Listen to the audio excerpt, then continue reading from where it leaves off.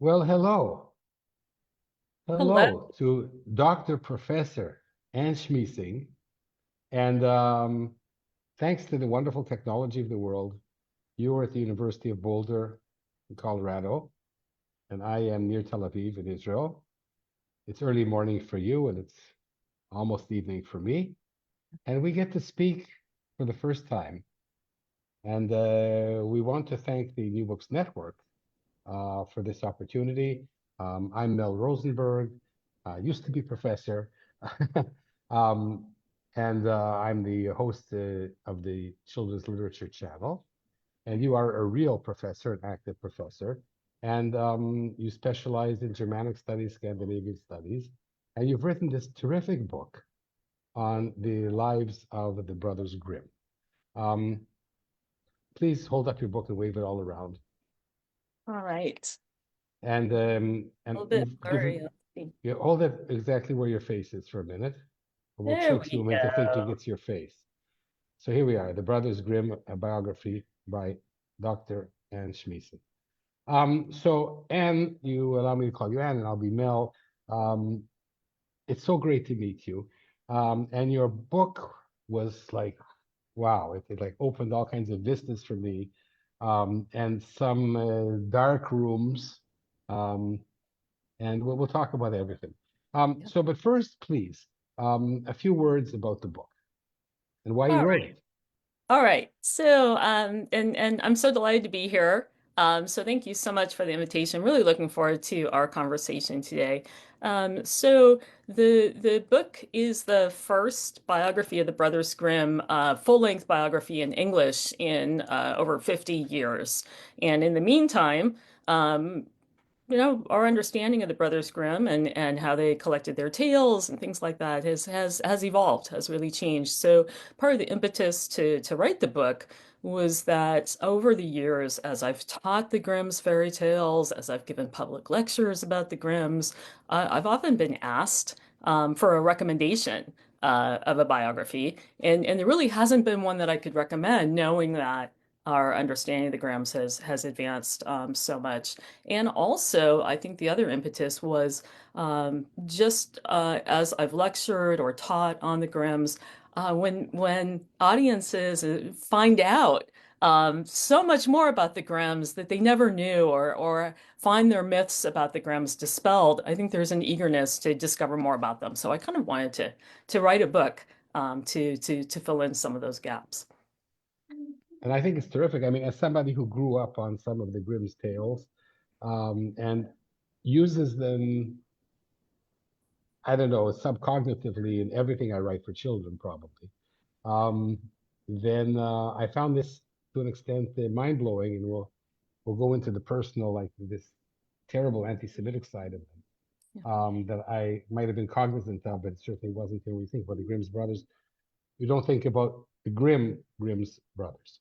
So what myths were you able to dispel in the book? So a few things.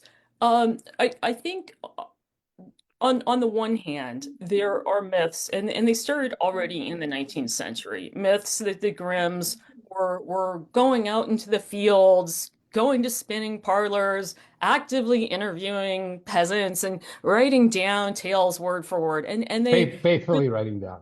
right. And that's a myth. And that myth started already in the 19th century. On the other hand, I think others unfamiliar with the Grimms might assume that they authored their tales out of whole cloth, that they authored these tales, and that's of course also not true. So they were collecting tales, and then over the course of decades, but particularly from the first to the second edition, they published 7 complete and 10 abridged editions in their lifetimes. They were making some edits to the tales, in some cases pretty substantial edits, and it's mainly Wilhelm, the younger of the two, who is making those edits. From the second volume of the first edition on, particularly second edition on. Okay, so before we go back to the no-nos of the Yeah. Grimms as researchers that you've just alluded to, I just want to ask you, so what Hans Christian Andersen. You also teach Scandinavian studies. Well, now you got me wondering, did he really write his stories, or were they tropes that he built on? Or does So anybody know? Anderson is more writing his own tales. They too though are at times influenced by existing tales. It's interesting that the Grimms met him, so you know they were contemporaries. And there is a funny story of him Well, in one second. They were contemporaries in the sense, I mean, he was like in first grade when the first book came out. So so they right, overlap. They right. overlap. They overlap. He might have grown up on their Right. initial books. Right, right. And there is a funny story of him coming to when he was in Berlin, wanting to meet the Grimms and arriving, and he was assured that they would know who he was, and Jakob said, you know, didn't, and then later realized who he was, and they meet up in briefly in Copenhagen, things like that. Back to some of the myths, though. I think some other myths are that so some readers, when they read the original Grimm tales, because so many of us grew up on Disney or things like that, when they read the original tales, they're shocked by the violence of some of the tales.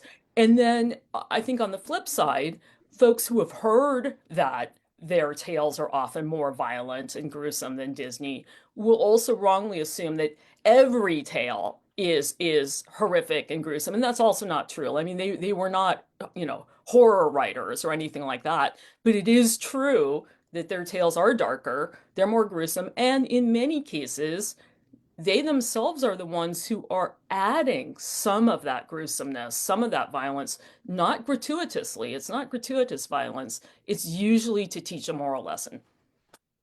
Oh, so like we have now, I told you, Anne, we have too much to talk about already. Yeah, Let's go back to the first myth you dispelled, which was that they were objective reporters. right. This is something that you and I, as researchers, have to deal with our entire careers. I can tell you that when I was a scientist, I tried to be an objective reporter, but you can't because we're human beings. So at least once in my career, I had this data set that didn't make any sense to me. So I didn't publish it because how are you going to publish something that might be an artifact and then you'll be shamed? How can you say, oh, here, I found this data. I have no idea what they are, but here they are. I'm publishing. Yeah. So scientists have this problem, and one of the and it's interesting because you are writing a book about people who wrote books, Yeah. okay, and you're trying to be an objective reporter here. Right. Right. So Exactly. And yeah, and there is always that. There is always I think and I spend a lot of time in the book talking about how they have this very scholarly scientific approach, Jakob in particular. Um that this collection is not just for children. They do title it Children's and Household Tales, Kinder- und Hausmärchen, but this is scholarly. This is protecting, you know, or preserving this heritage, which is going by the wayside because storytellers are dying, and the tradition of oral storytelling is going away. So there's that desire to preserve this heritage. And yes, it also is not just to them for children, but also for children. And they at times have to defend some of the tales when even their friends say, well, these are too violent, or these are too obscene, or these are too. They have to defend, no, this is for children, this is for a wide span of audience, but they do want to be, especially at the beginning, they really have this idea and ideal that they are preserving this, that they are not intervening, they're not using this as a springboard for their own literary creations. And their friends start to call them on that a little bit and say, well, wait a moment. You know, you must have made some edits. You must have. And then they kind of have to say, well, of course, we're gently shaping these because that's what happens every time. I mean, that's part of what keeps storytelling alive. It's not going to be static. It's not going to be fossilized. But we haven't done this in this artificial, you know, highly stylized way. So they're trying to navigate that. And with some of the tales where we know what edits they make, you can make the case that yes, that's very true. They can, and with other tales, their interventions seem far more substantial. Hmm. So, just in one sentence, because I want to go back to this. Um, when I read about how miserable their lives were and some of the periods in their lives when they were Hansel and Gretel, Right. um, so does them having these Hansel and Gretel periods in their lives from a poverty and family, Hmm. is this what they write in? I mean, and if you read the stories I've written for children, you'll find me everywhere because that's how we write. So Right. they were taking and they were tweaking stories. Did they tweak them in this dark direction because of their dark biographies? So I think undoubtedly there is some of that. And even when you look at the tales that they're collecting, they're also making a choice. They're collecting so many tales, so many variants, all that. They're also making a choice what goes into the collection and what doesn't. And over decades, they're changing that. They're taking tales, they're switching one variant out for another, they're combining them, contaminating. But And and that's not yeah, what we're supposed to do. yeah, yeah, So hold on. I want to go back for I want to go back for a second. yeah. This is too And exciting for me. Hold on. You talked about the sampling. So they did yeah, what a lot of scientists do, which is called convenience sampling. yeah. Right, right, That was their exactly. first. No, no. Yeah, so the first thing is what do they think belongs in and out? And that in and of itself, those types of decisions have a real bearing on our current understanding of what a fairy tale is and isn't. So by making those choices, they're already kind of institutionalizing our notions of what a fairy tale is. I think that yes, when you look at their life trajectory, their father is a district magistrate. It's not like they're super well off or anything like that, but they're comfortable. They are on a trajectory that then is upended because their father dies in his early 40s of pneumonia, and overnight their socioeconomic standing changes. So yes, you can see in this what you often do see in their tales, which is this, and we think of rags to riches, but so many tales are actually riches to rags to You riches. read my mind now, Anne. That's not fair. Yeah, I was thinking riches to rags, riches to yeah, rags. yeah. And I think the other thing, you can see in their aunt who really helps them. You can see kind of this fairy tale godmother like figure, if you will. I mean, I don't want to overdo any of these things too much, but I think there really are thematic congruities between what you're seeing in some of their tales and their life story. And I mean, we know that some of the edits to the tales they are making after significant events, like when they're fired from the University of Göttingen and they change one tale in a way that's a subtle jab. The other thing that I would point to is this whole notion of the forest in these fairy tales, because the forest it's huge in the Grimm's fairy tales, and this notion that the forest as this enchanted place where yes, bad things happen, good things happen, your protagonist is tested. And it is this place where, and Jack Zipes, eminent fairy tale scholar, has written about this. It is this place where often our fairy tale protagonists can go, and it doesn't matter what society thinks of them. It doesn't matter what their socioeconomic standing. It's up to kind of what they can do in that space. And I think that's powerful for the Grimms too, um, as emblematic of how they see various periods of their lives. And I want to take you back to Anne. You said something interesting. I wrote the book because people asked me Yeah, about their lives, and there wasn't, so I made one. yeah, I love to sit in coffee houses, yeah, and I'll say to my wife, what I would really like to do is to have my own coffee house. Um, but that doesn't always happen. Let's face it, you spent years writing this book. yeah, I know because I'm an academic, these books take years to write. yeah, Uh, Published by Yale University Press, they probably gave you a bit of a runaround on fixing and reviews and editing and whatnot. And you've spent a great effort in doing this. So now's the time to talk about Anne, the Anne that doesn't get into the book. Right. How did you become a professor of Germanic and Scandinavian studies, of all things? Right. And interested in fairy tales, but not Right. a fairy tale author yourself. Right.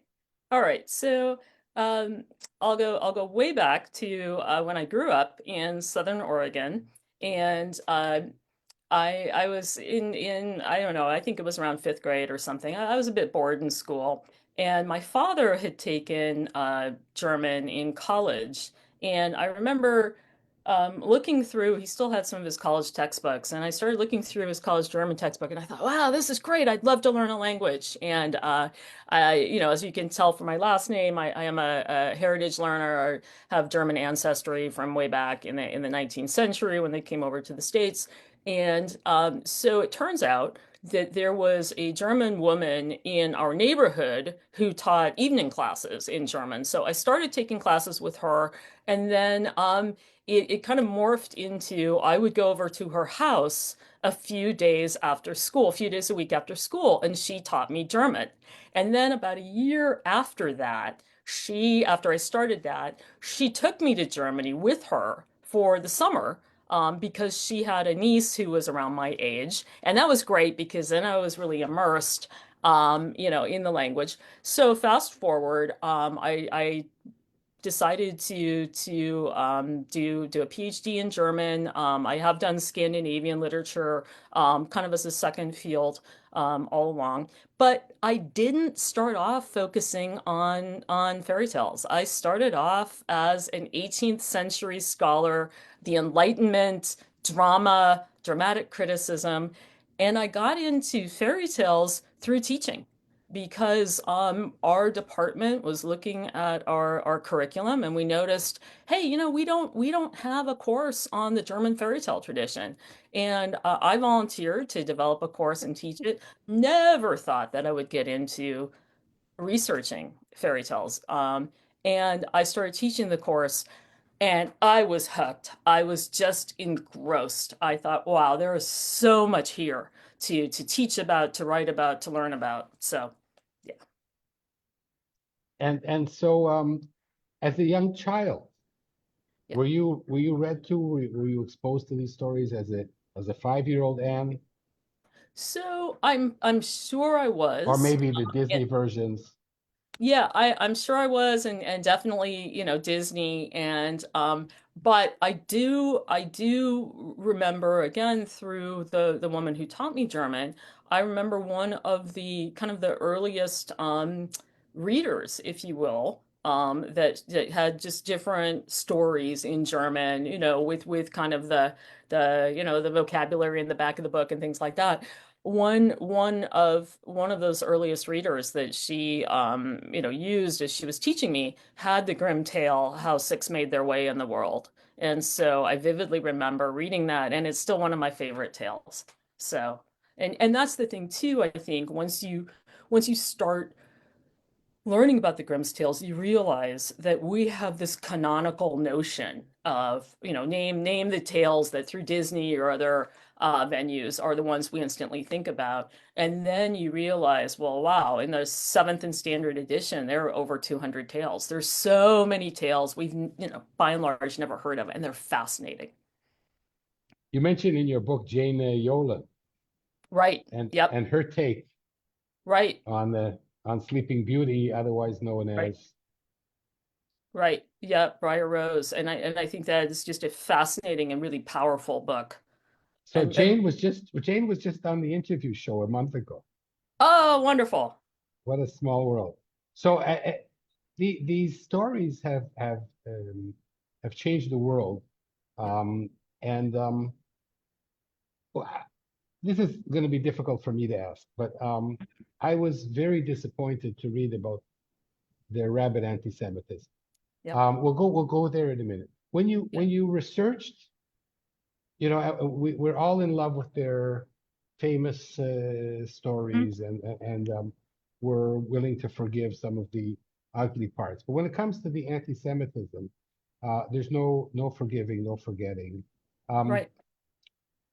how many things did you find when you were doing this research and you said, oh my goodness, they were, were you disappointed Yes. in Yes, yes, absolutely. And I just mentioned that I started off as an Enlightenment scholar. My dissertation and a fair amount of my early research in my career was on the German dramatist and critic Gotthold Ephraim Lessing.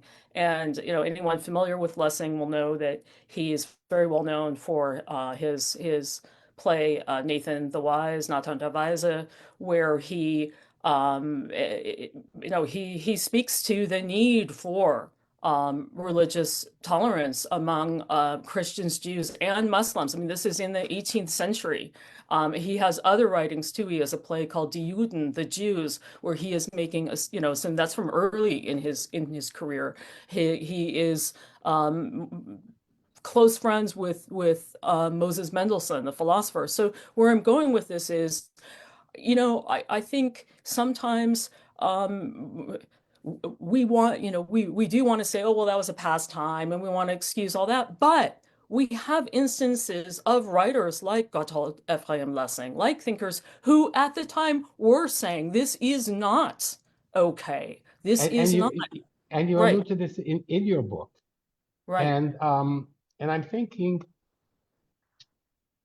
that I don't know if this is going to make sense, and of course I'm not a Yeah, scholar in this area, you are, but you fix me. Um, they by propagating these vicious right, anti-Semitic tropes that were then picked up by the nationalists and the Nazis, they right. actually became the butchers and the tailors and the evil people that they wrote about. Right. And I think how I've seen this as I wrote the book, and I had to think a lot about this issue among others, but really particularly this issue, given the Nazi appropriation of their works, given the post-war um, kind of sweeping this under the rug to a certain extent, Why was and that, then Anne? Why was that? so it's interesting because I think post-war commentators, and again, you have the reception of the Grimms in post-war East Germany and post-war West Germany. When the complete edition reappears on West German bookshelves after the Second World War, you do often see that a tale like The Jew and the Thorn Bush is removed. And then you see too some relativizing.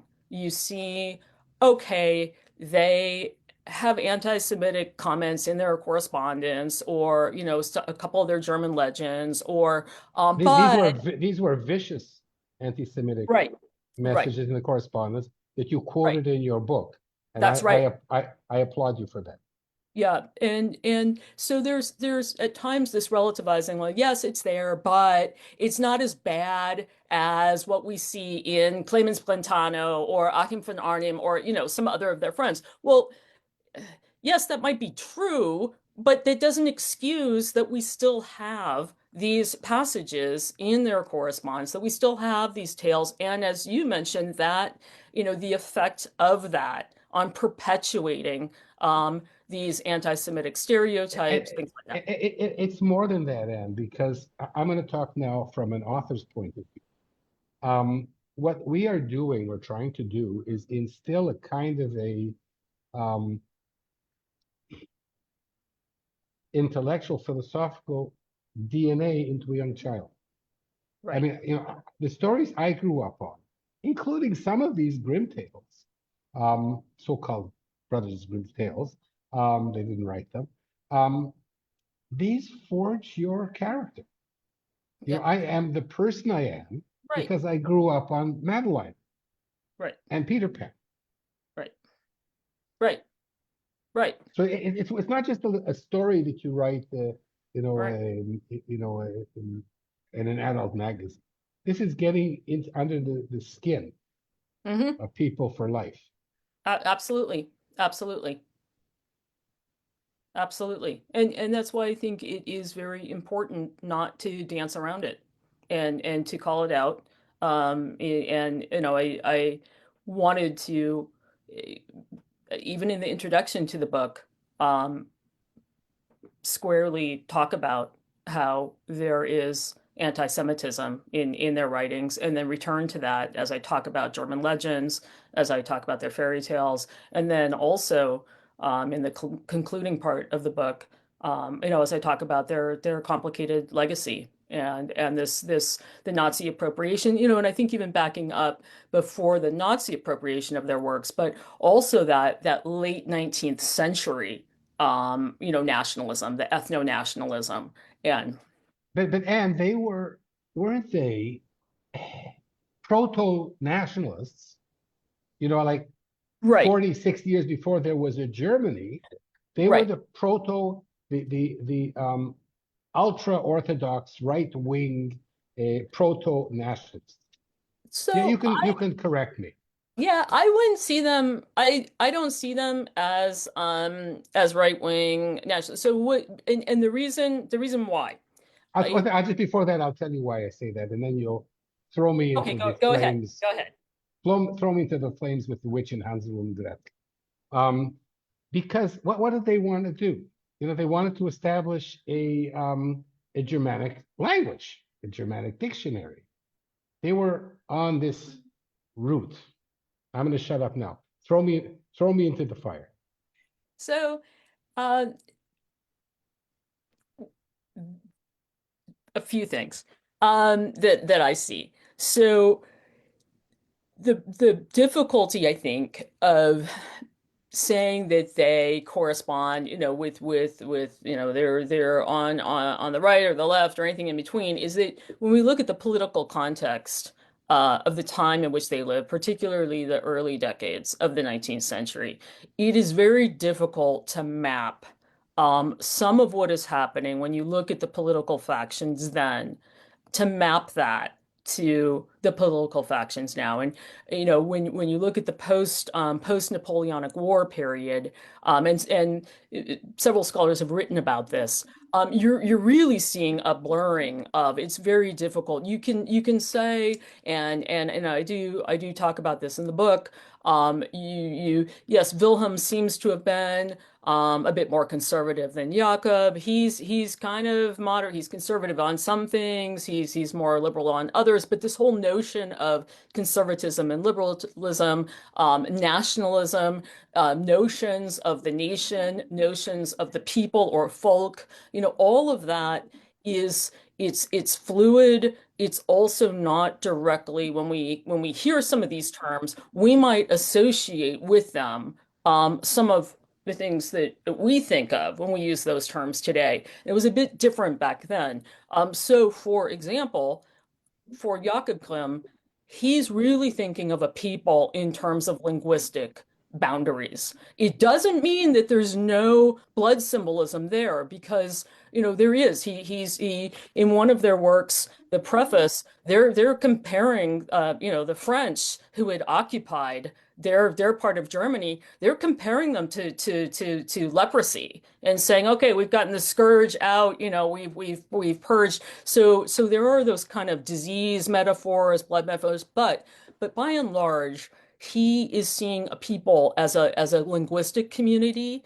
It's not the it's not the ethno-nationalism that you see later in the 19th century. But again, when I say that and try to navigate that, I'm also not excusing the stereotypes that we see, the anti-Semitism, and some of the racialized aspects that you see in their work too. So here's the thing. Here's the thing. Yeah, this is again, I don't understand. They Yeah. grew up adjacent to Jewish communities. They knew Jewish people. Had good relationship with Jewish people.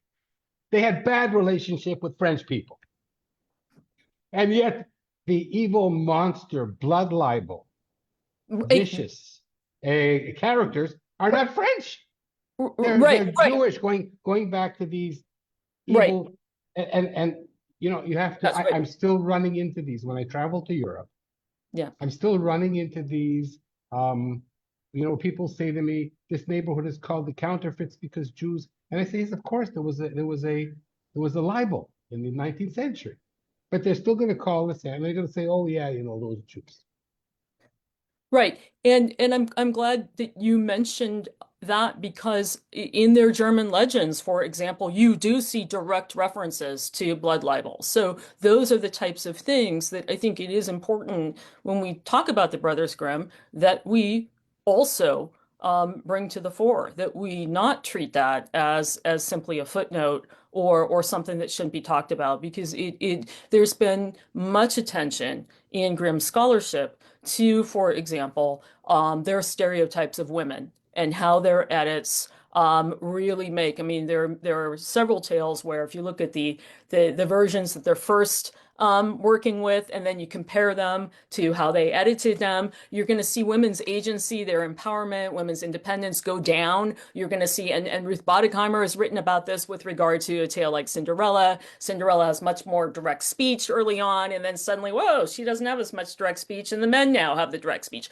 Lots of attention to that in Grimm scholarship. But again, when we talk about anti-Semitism, until recently, and there has been more work on this recently, but until recently, that's been something that just has not been talked about. And I think it is in part because of this decades-long, um, in the German term is Vergangenheitsbewältigung. Vergangenheitsbewältigung, coming to terms with the German past that has been a decades-long, um, you know, uh, conversation, lack of conversation, mixed up, how do you come to terms with that? And so I think in the case of the Brothers Grimm, because of their, the Nazi appropriation, because of the very brief ban by I believe it was the British Allies forces after, and then this is just something that's been very difficult, I think, for scholars and also in terms of the popular reception to grapple with. Let's look at the bright side. So you have read and reread so many of the we call them grim tales, but Right, they're not. right, They're tales that they gleaned from the reporters, right. and tweaked a little bit now and then. So what are your favorites as So Anne? yeah. So some of my favorites. So I mentioned how six made their way in the world. I think that's just a wonderful tale because um, you have characters with very unique capabilities.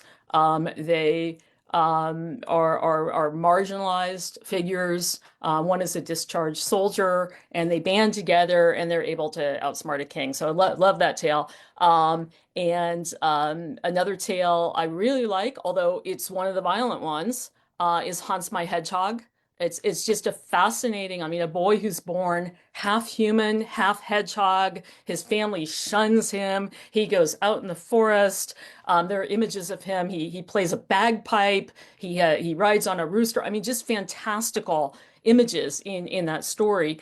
And my previous book before writing this biography was about disability, deformity, and disease in the Grimm's fairy tales. And so in writing that book, I was really struck by how many Grimm tales portray um, characters with disabilities. And we find that in literature as a whole, right? There are, how disability is portrayed in literature. But I really focused on the tales of the Brothers Grimm and disability. And so I'm kind of drawn to some of these tales that have these disabled figures and how there too we see stereotypes of disability perpetuated, in some cases challenged. What's your take of the story of the 12 dancing princesses? The how so? Like Is it one of your favorites? I mean it's one that I mentioned a few times in both that book and this one, but that's not necessarily one of my favorites. Other favorites, I think of the really canonical tales, Rumpelstiltskin really jumps out because you can interpret it in so many ways. It's such a fascinating, enigmatic tale. Um, Hansel and Gretel, another one. I mean, there too we have those myths that there's just this stepmother, and most people don't realize that actually it was a biological mother, and that's one of the changes that the Grimms made later on. They transformed the There's a line in there yeah. where she says to her husband, I think it's the first time that, or maybe before they send them out, she says, well, you might as well a Right. what's the word?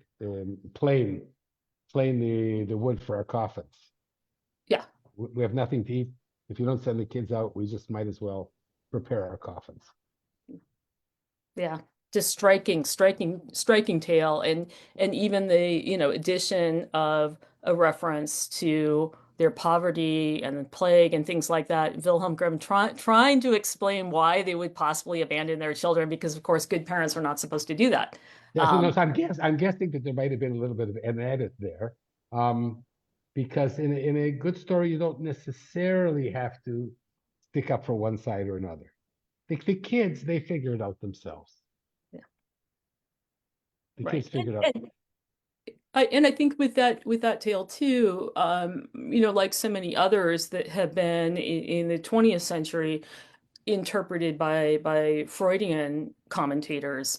You really see there, and again, Maria Tatar, Ruth Boddigheimer, Jack Zipes, others have written on some of the Freudian interpretations of tales, while certainly interesting interpretations, and I don't want to dismiss them, outright, because I think some of them are just really yield stunning insights into tales. What we do tend to see, and again, Maria Tatar has written so much about this, is sometimes they're blaming the child. They're Bettelheim, for example, and others. For some reason, it's the child's fault. It's projection. It's something like that. So some of those interpretations of Hansel and Gretel and other tales are a bit disturbing. Is this the book that's going to define your legacy as a professor? I don't know. That's a really interesting question. That's a fascinating question. I'll be interested to see 10 years from now when I look back. Yeah, how I would answer that question. It's not going to be Okay. the last one. No, It, what you have one in the works that you want to share? well, I was just in Germany a couple weeks ago, doing some preliminary research on a few different ideas. Right now, I'm mostly working on a couple articles that I want to get finished. But yeah, this won't be the last that I write on the Brothers Grimm and fairy tales. So, but yeah, not a couple book ideas that I'm fleshing out. So. Yeah, this one I started around 2015, 2016, mainly 2016. So yeah, so it's been You'll let us know. So when you went to Germany, when you go to Germany, yeah, and when you went as a child, did yeah. you were you in cities, or did you go to the old neck of the woods, shall we say, where all of this happened?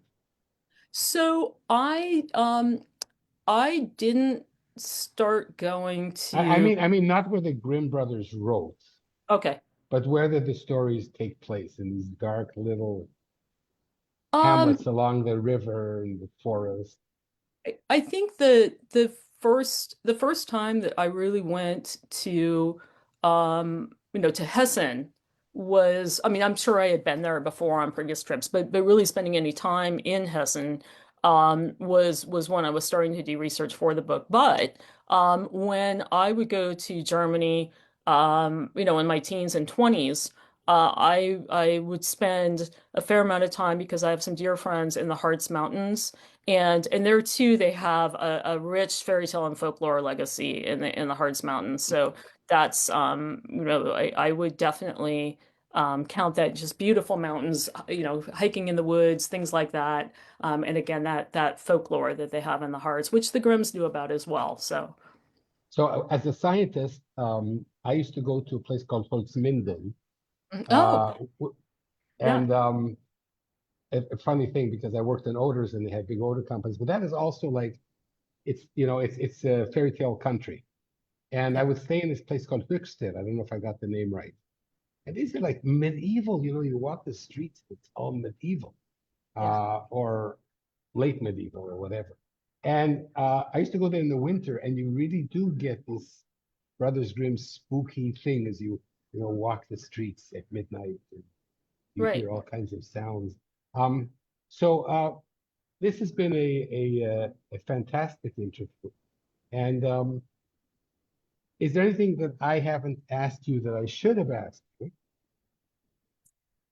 Wonderful question. I think that, the only other thing I would really say is because it's a biography of the Brothers Grimm, and it's got several chapters devoted to their fairy tales because they worked on their tales for decades of their lives, and it's what they're most known for today. As I point out in the book, they did so much more than that. And they were mythographers, they were lexicographers, Jakob was a civil servant in diplomacy. Wilhelm, they were librarians, they were professors hired and fired. The upheavals of the Napoleonic Wars, their life story is just fascinating. And there's so much that we just don't know about them in the public consciousness. And I think knowing about some of those aspects of the tales, and you brought this up in your question, how much of this from their life story is informing the tales. I think it really helps us to understand their tales when you know a little bit more about that life story and all the different things they did. And their legacy, it is the fairy tales. But I like to tell people too, they were also medieval scholars. They and their contemporaries, when we look at the portrayal of the Middle Ages in popular media today, things like that, there's some legacy there too. There's some influence there too, because the Grimms and their contemporaries are really bringing this to the fore, this vast heritage that they think has gone by the wayside and they want to preserve. And again, they do it in a fascinating way, but they also do it in a way that constructs its own stereotypes, perpetuates other stereotypes, things like that. And very important to uncover and pay attention to that. So this brings me to my last question. So Anne, I see you as a kind of a fixer-upper, as a catcher in the rye, as somebody who doesn't write fairy tales, doesn't write children's stories, and yet devotes so much of her research to fixing things up in this world of fairy tales and helping people like me get a better picture of what it's all about. And in that sense, you're like a benevolent a image. I would say mirror image. Like you benevolent. I said benevolent. That's a new word. A benevolent, a counterpoint to the Brothers Grimm. Um, the same way that they looked at fairy tales, and you're looking at fairy tales now with another meta layer of the Brothers Grimm themselves. Right. Right. And I think that that's wonderful. Thank you. I would point to the last tale in their collection, which is the Golden Key. And you would have thought they would have put it at the very beginning because it's this boy and he's opening this chest and we as readers expect that okay, now the tale's going to tell us what's in the chest, and we never find out.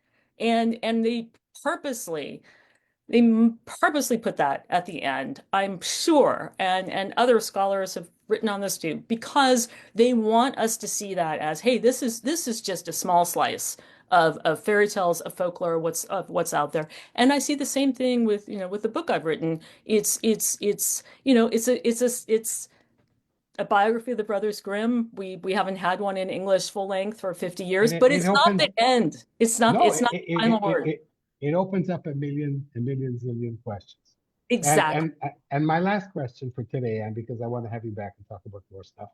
And what I want to talk about next time is what's real and what's not real about the fairy tales. All right.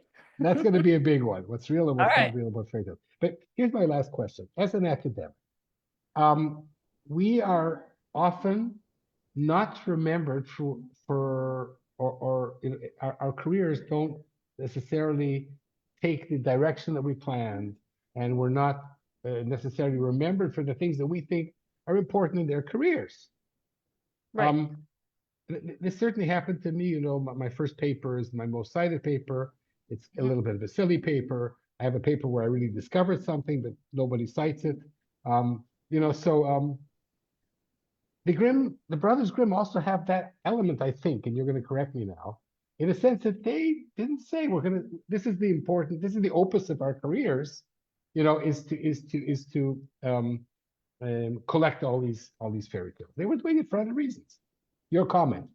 Yeah, it's absolutely right. I mean, I think that I think it's a fascinating question. What would they make of their legacy today? If they were alive today, if they were able to, I think they would be, I think they would be surprised by some things. I think they would be delighted by some things. I think they would be shocked, you know, in certain, but it's a fascinating question. Absolutely right. Some of the things that they thought were their most significant works, you know, are largely forgotten. And the fairy tales. They have nothing to do with fairy tales. Exactly. But you know, I am struck when we go and we read those tales and we compare, say, the first edition to the later editions. You know, and again, we must be mindful of the stereotypes and the perpetuation and unfortunate amplification of some of those. In addition to that, though, when we look at the style of the tales, I'm struck by their brilliance. I'm struck by how they are able to take these tales, Wilhelm in particular, Mhm. and imbue them with these folksy sayings, these wonderful idioms, these wonderful, and not in this over-the-top, heavily stylized way. I, Brilliant. I'm going to say that they screwed up as scientists. They screwed up, and part of the reason I think is because they were really good storytellers. Um, that's my take. Um, Again, having we talked about the evil sides. Yeah. This has been wonderful. So everybody, this is the time, man. Show your book again. Um, it's a academic book, and you're supposed to wave your book now. I'm supposed to wave my book. All right. Yes. So Uh, ah, there we go. yeah, hold it so the Zoom thinks it's your face Yeah. for a minute. Yeah, There we go. that's it. Okay, so Zoom thinks it's your face. It's your wonderful book, The Brothers Grimm, a biography published by Yale University Press, which is huge. And I've been with the wonderful Dr. Anne Schmiesing talking about fairy tales, careers, science, some sad, very sad things, and some happy things. And it's been wonderful having you. And I am Mel Rosenberg, and I am the host of the Children's Literature channel of the New Books Network. Check Anne's book, run out and buy it. Thanks so much. Anne, can you go back and come? So we'll just do the two of us do a little tete-a-tete. So leave the link and come back to it. And everybody else have a lovely day. All right. Thank you. Bye.